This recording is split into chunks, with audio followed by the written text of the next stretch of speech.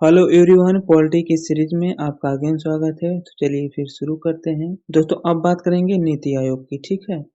दोस्तों 13 अगस्त 2014 में मोदी सरकार ने 15 वर्ष पुराने योजना आयोग को भंग करके 1 जनवरी 2015 को नीति आयोग की स्थापना की थी, ठीक है। दोस्तों नीति आयोग योजना आयोग की तरह केंद्रीय मंत्रिमंडल द्वारा बने निकाय है। यह न तो संवैधानिक है और न ही वैधानिक है, ठीक है। यह एक गैर संवैधानिक अथवा संविधानेतर निकाय है। इसके अलावा यह एक गैर वैधानिक है क्योंकि संसद के किसी अधिनियम द्वारा इसे अधिनियमित नहीं किया गया है। दोस्तों नीति आयोग भारत सरकार के नीति निर्माण में थिंक टैंक के रूप में कार्य करती है। इसके उद्देश्य की बात करें तो नीति आयोग का गठन करके सरकारी संघवाद को बढ़ावा देना है।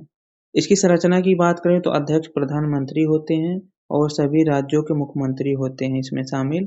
इसके अलावा केंद्र शासित क्षेत्र के मुख्यमंत्री होते हैं और जहां विधायिकाएं हैं जैसे दिल्ली, पुडुचेरी, जम्मू कश्मीर और अन्य केंद्र शासित क्षेत्र के उपराज्यपाल इसमें शामिल होते हैं। दोस्तों क्षेत्रीय परिषद की बात करें तो इसका गठन एक से अधिक राज्यों या क्षेत्र से संबंधित होता है। विशिष्ट मुद्दों के समाधान के लिए गठित किया जाता है क्षेत्रीय परिषद को और इसका कार्यकाल निश्चित होता है। प्रधानमंत्री मुख्य होते हैं इसमें और राज्य के मुख्यमंत्री एवं केंद्र शासित क्षेत्र के उपराज्यपाल भी इसमें शामिल होते हैं। दोस्तों नीति आयोग का कार्य करने का पैमाना जो है कि वर्टिकल होता है ना कि हॉरिजॉन्टल, ठीक है, आपको पता होना चाहिए। कृषि, वित्तीय संसाधन, स्वास्थ्य, उद्योग, ग्रामीण विकास, विज्ञान एवं प्रौद्योगिकी, कौशल विकास, रोजगार, महिला एवं बाल विकास, भूमि जल प्रबंधन से संबंधित कार्य करते हैं। वहीं परिवर्ती योजना आयोग की स्थापना की बात करें तो मार्च 1950 में हुआ था।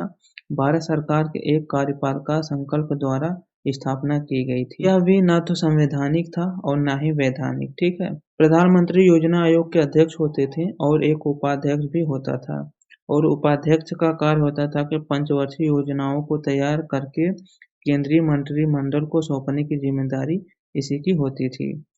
इसके अलावा राष्ट्रीय विकास परिषद (एमडीएस) की स्थापना अगस्त 1954 में होता है। प्रधानमंत्री इसके अध्यक्ष होते हैं और समस्त कैबिनेट मंत्री इसके सदस्य होते हैं। इसके अलावा सभी राज्यों के मुख्यमंत्री भी इसके सदस्य होते हैं। इसके उद्देश्य की बात करें तो सभी राज्यों का सहयोग पाने के लिए इसका गठन हुआ था और आर्थिक नीतियों को बढ़ावा देने के लिए इसका जो है कि गठन किया गया था। दोस्तों अब बात करेंगे नगर निगम की, ठीक है। जैसा कि हम सब जानते हैं 1992 का 74वां संशोधन अधिनियम द्वारा भारत के संविधान में एक नया भाग 9 का शामिल किया गया और इसे नगर पालिकाएं नाम दिया गया। इसके अलावा अनुच्छेद 243 ता से 243 छा तक इसका प्रावधान भी किया गया और इसमें नई 12वीं सूची जोड़ी गई। नगर पालिकाओं को 18 विषय दिए गए जिसका प्रावधान अनुच्छेद 243 डब्लू में किया गया। वहीं नगर निगम की विशेषता की बात करें तो ये 3 हैं, जैसे नगर पंचायत, नगर पालिका परिषद छोटे शहर के लिए, नगर पालिका निगम बड़े शहर के लिए। नगर निगम की संरचना की बात करें तो नगर पालिका के सभी सदस्य नगर पालिका क्षेत्र के लोगों द्वारा चुने जाते हैं और इस उद्देश्य को पूरा करने के लिए प्रत्येक नगर पालिका को निर्वाचन क्षेत्र वार्ड में बांटा जाता है।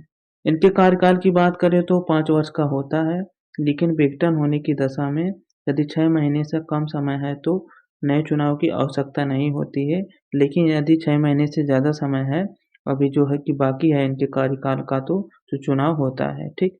और नगर निगम में चुनाव लड़ने के लिए दोस्तों उम्र 21 वर्ष होनी चाहिए।